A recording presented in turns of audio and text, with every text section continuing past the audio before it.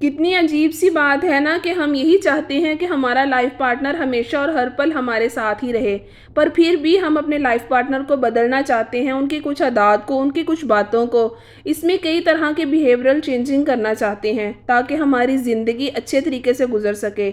यहाँ पर थोड़ी सी जो गलती हम कर रहे होते हैं वो ये है कि हमें ना तो अपने पार्टनर को बदलने की ज़रूरत है और ना ही हमें खुद को बहुत ज़्यादा बदलने की ज़रूरत है, बल्कि हमारे रिलेशनशिप को मजबूत करने की ज़रूरत है।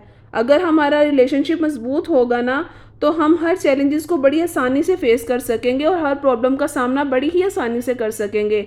आज की वीडियो में हम ये डिस्कस करेंगे कि अपने रिलेशनशिप को बेहतर बनाने के लिए हमें किन पॉइंट पर बहुत ज़्यादा तवज्जो देने की ज़रूरत है ताकि हमारी ज़िंदगी बहुत अच्छे तरीके से गुजर सके। अस्सलाम वालेकुम, welcome back to the channel. I hope कि आप सभी लोग बिल्कुल ठीक होंगे। Welcome back. मोस्टली रिलेशनशिप में ये बहुत ही कॉमन सी बात है कि उनकी आपस में बहुत अच्छे तरीके से बनती है। आपस में उनके बहुत अच्छा प्यार, इज़्ज़त, मोहब्बत सब कुछ होता है, लेकिन वो एक दूसरे के रिलेटिव्स को लेकर झगड़ा करते हुए नज़र आते हैं। ऐसा करके वो खुद ही अपने रिलेशन में एक दीवार खड़ी कर लेते हैं।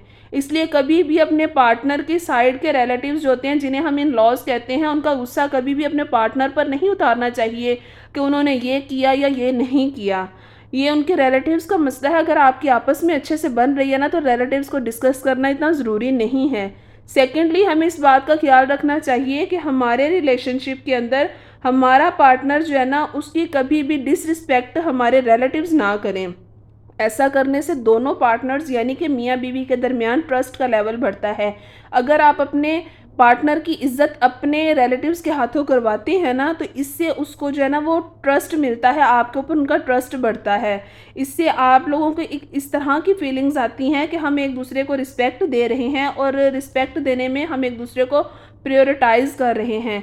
इससे दोनों मिलकर फिर किसी भी इशू को अच्छे तरीके से डिस्कस भी कर लेंगे और सॉल्व भी कर लेंगे।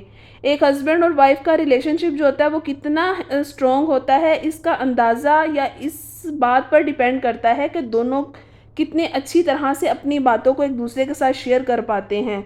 सम टाइम ऐसा होता है कि जब हम अपनी फीलिंग्स को एक्सप्रेस कर रहे होते हैं ना, तो ऐसा लगता है कि जैसे दूसरा इंसान किसी ब्लेमिंग या किसी कंप्लेनिंग एटीट्यूड में ये सब कर रहा होता है। वो अपने पार्टनर से कुछ चाहता है, उसके साथ क्वालिटी टाइम स्पेंड करना चाहता है, कुछ शेयर करना चाहता है, पर राइट वे में नहीं कर पाता ये सब कुछ भी एक्सप्रेस, कि वो क्या एक्सपेक्ट कर रहा है।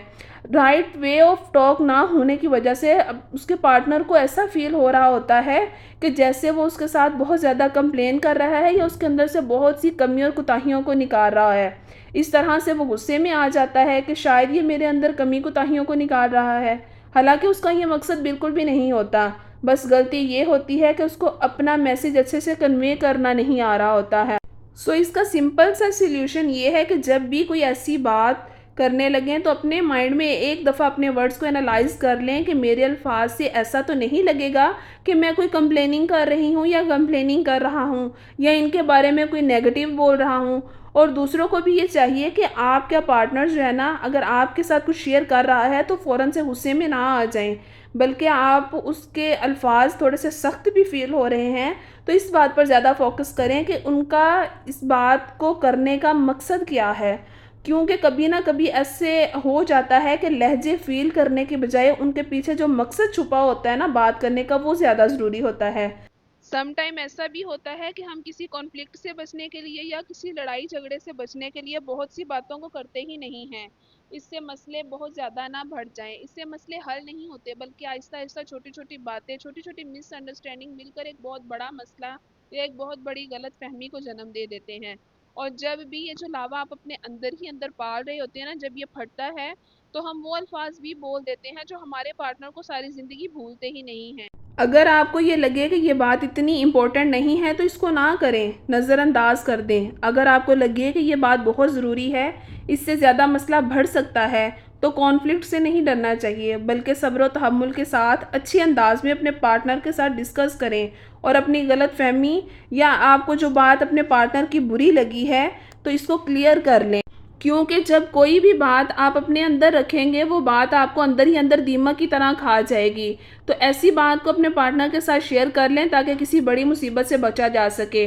और कभी ना कभी हमारी एक्सपेक्टेशंस, बल्कि अनरियलिस्टिक एक्सपेक्टेशन सोशल मीडिया की वजह से या हमारे इर्द गिर्द के माहौल की वजह से बहुत ज़्यादा हाई हो जाती हैं। हम कभी ना कभी ये सोचते हैं कि हमारी फीलिंग्स बगैर बताए हमारे पार्टनर को समझनी चाहिए, क्योंकि हमें बताने की क्या ज़रूरत है, या हम क्यों बताएं कि हम क्या चाहते हैं, हमारे पार्टनर को खुद ही समझना चाहिए।